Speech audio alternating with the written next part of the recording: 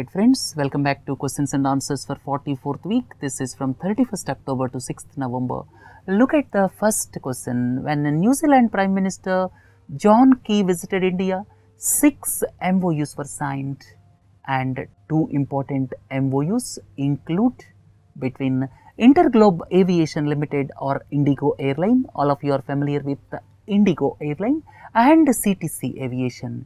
These two came together to introduce a new airline pilot career program. At the same time, another MOU was also signed between Jindia Limited and Adani Ports and Special Economic Zones Limited for the development and promotion of Adani Jindia Mundra Timber Industrial Park venture.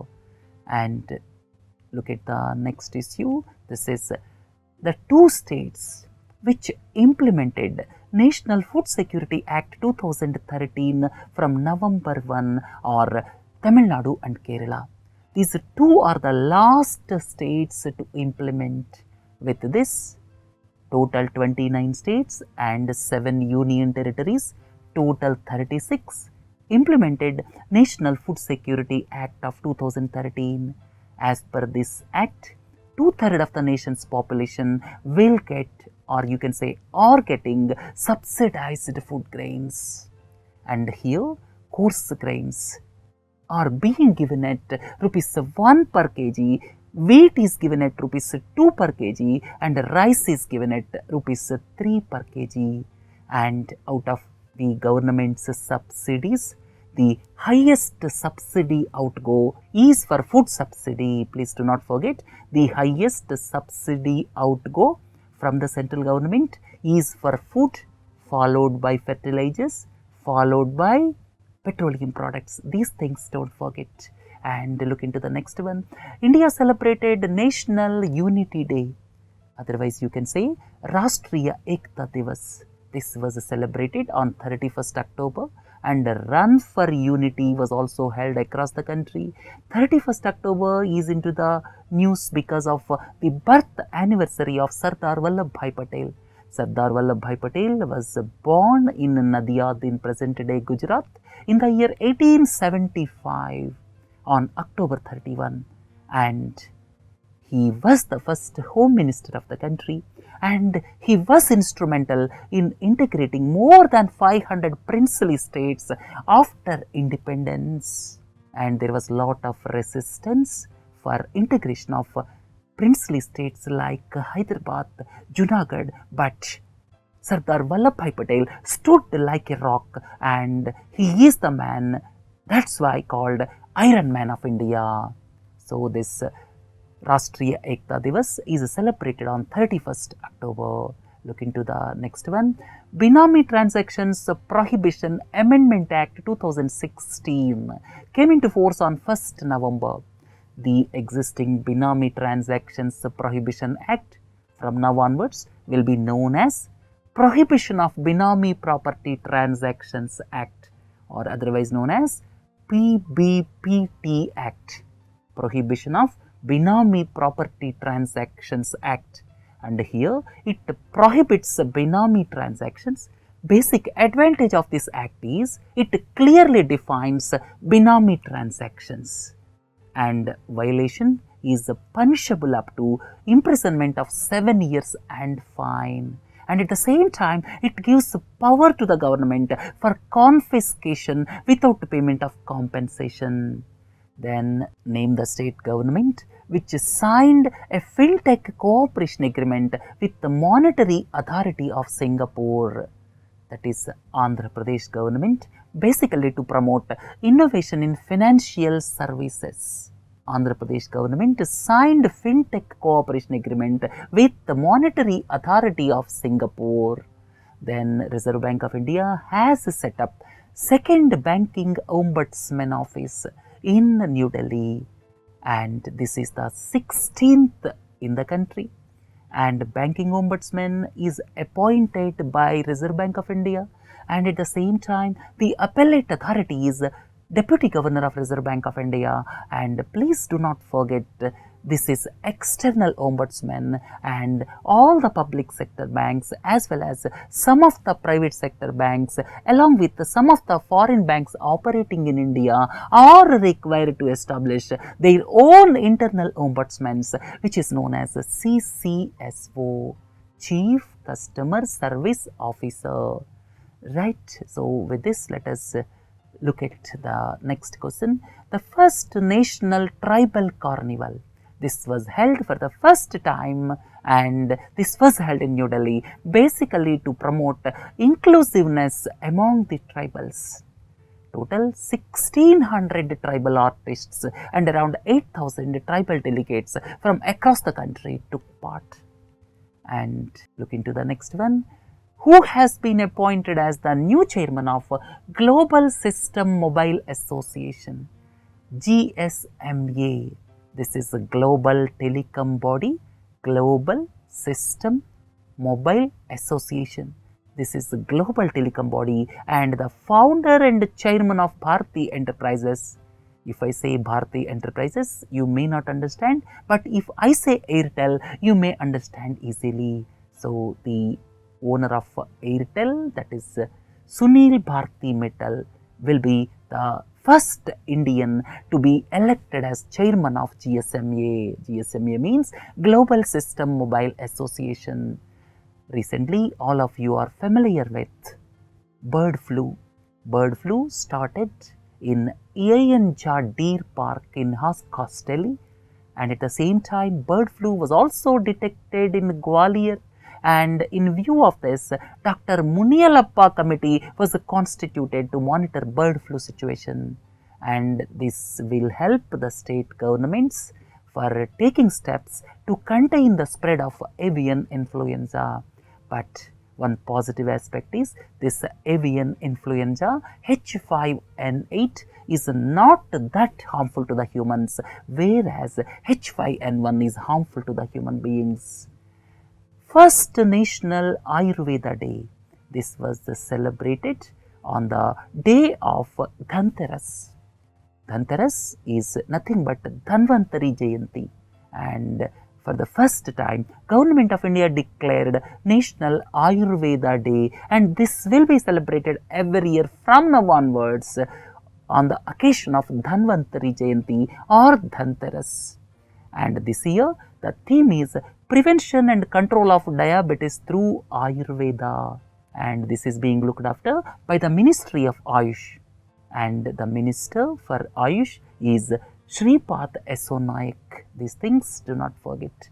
Mithra Shakti or the joint military exercises between India and Sri Lanka. Sampriti or the joint exercises between India and Bangladesh. Surya Kiran between India and Nepal, then Mithra Shakti between India and Sri Lanka, Indra between India and Russia, then Malabar between India, USA and Japan. These things please do not forget. Look into the next one. As per the figures released by Registrar General of India, recently life expectancy figures were released, and don't forget, Kerala has got the highest life expectancy at birth. The average lifespan for a person born in Kerala is 74.9 years, or you can say close to 75 years. And this is followed by Delhi and Jammu and Kashmir. And the national average is 67.9 years. But Jammu and Kashmir has got the highest life expectancy in India at 60 years. And if you look at the world figures, the life expectancy at birth in Japan is the highest at 83.5 years. So, average Japanese citizen lives up to 83.5 years, whereas average Switzerland citizen lives up to 83.2 years, Singapore citizen 82.9 years, whereas in India it is 67.9 years and Kerala is ahead with 74.9 years. So, if you look at India, a lot more needs to be done as far as life expectancy is concerned. Name the state which ranked first in the country in 2016 Agricultural Marketing and Farmer Friendly Reforms Index. These rankings were given by Niti Aayog. I have listed out the top 5 states here. Maharashtra took the first position, and various initiatives taken by Maharashtra and other states which topped the list include Model APMC Act, Agricultural Produce Market Committee Act, then National Agriculture Market Electronic Way, that means e-NAM initiative, and special protection for fruits and vegetables for marketing, or you can say special treatment to fruits and vegetables in marketing strategies. By looking at all these things, these rankings were given, and Maharashtra topped the list with Gujarat in the second place. And name the country which launched a microsatellite Bansing 2. This was launched by China, and China's experimental space lab, please do not forget, that is Tiangong 2. Tiangong 2 is the experimental space lab of China, and it is orbiting around Earth with 2 astronauts. And it successfully launched microsatellite Bansing 2. If someone talks about Tiangong 2, that is the space lab of China. And author of the book, Andhere se Ujale ki Aur. This was written by Arun Jaitley, our finance minister, our corporate affairs minister, and basically this is a compilation of blogs and articles written by Arun Jaitley. And India ranks 87 on the World Economic Forum's Global Gender Gap Report 2016. Recently, World Economic Forum has given Global Gender Gap Report for 2016. Please do not forget, World Competitiveness Report is also given by World Economic Forum, and this is non-governmental organization. And top 5 countries as far as this World Economic Forum's Global Gender Gap Report is concerned are Iceland, Finland, Norway, Sweden, these 4 European countries, and Rwanda. Rwanda is African country. So here 4 areas, that is educational attainment, health and survival, economic opportunities, political empowerment. These 4 aspects were seen, and India ranks at 87th in gender parity between men and women. So 144 countries were surveyed. In 144 countries, India's rank is 87th. Asian Ministerial Conference on Disaster Risk Reduction was recently held in New Delhi, please don't forget. And one important aspect I would like to tell you, Sendai framework. This looks at disaster risk reduction for the period 2015 to 2030.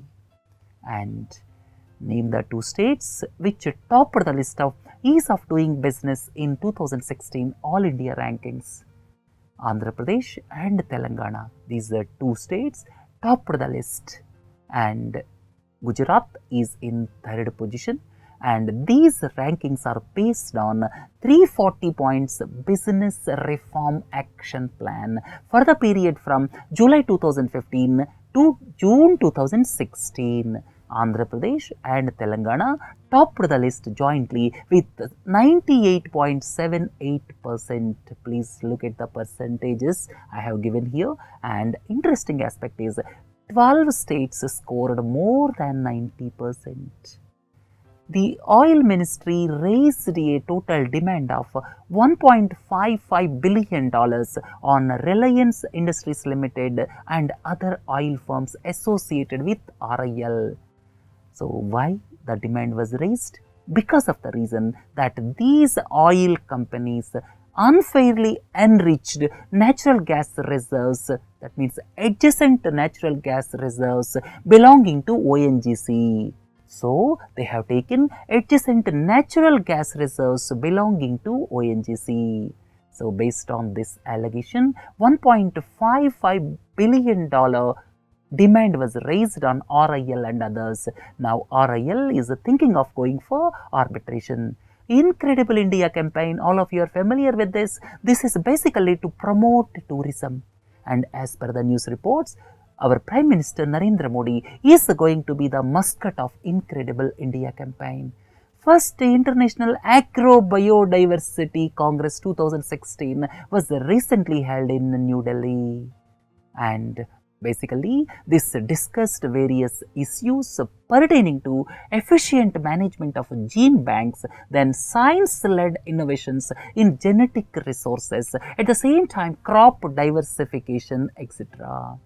Look into the next one, Sampriti 7. I have already told you, Sampriti 7 are the joint military exercises between India and Bangladesh. Mithra Shakti, India, Sri Lanka, Sampriti, India, Bangladesh, Surya Kiran, India, Nepal, Malabar, India, US and Japan, then Indra, India, Russia. These things don't forget. Internet Corporation of Assigned Names and Numbers, ICANN. Internet Corporation for Assigned Names and Numbers conference was recently held in Hyderabad. And it is for the first time that this is being held outside United States of America. And another important aspect is it almost became independent now, because in last September, United States Department of Commerce gave up operational authority. And this ICANN, it represents internet enabling companies, internet users, intellectual property organizations, government and non-governmental organizations. Loktak Lake is situated in Manipur. Please look into this map. This is Loktak Lake, and Union Environment Ministry recently constituted a 4-member committee for the conservation of this lake. And the committee will also look at the steps required to make it a UNESCO World Heritage Site. And this Loktak Lake is situated in Manipur. Then look into the next one. Recently, Sita was signed between European Union and Canada. You may ask, what is meant by Sita? Sita is Comprehensive Economic and Trade Agreement. Comprehensive Economic and Trade Agreement. This was concluded after years of deliberations, and till the last minute, this Wallonia region in Belgium objected to the deal. Finally, Wallonia region gave its assent, and subsequently this was signed between European Union and Canada. So if someone talks about CETA, this is a Comprehensive Economic and Trade Agreement. Chairman of Central Board of Direct Taxes is Sushil Chandra. This Central Board of Direct Taxes looks at direct taxes. This is under the Department of Revenue, Ministry of Finance. 4th November 2016, this has got a lot of significance from now onwards because of entering into force of Paris Agreement. Paris Agreement came into force on 4th November, and at the same time, please don't forget COP22, as well as other name for it is CMP12, CMA1, whatever name you call it. This is 22nd Conference of Parties to the United Nations Framework Convention on Climate Change. This is being held at Marrakesh. Marrakesh is in Morocco, please don't forget.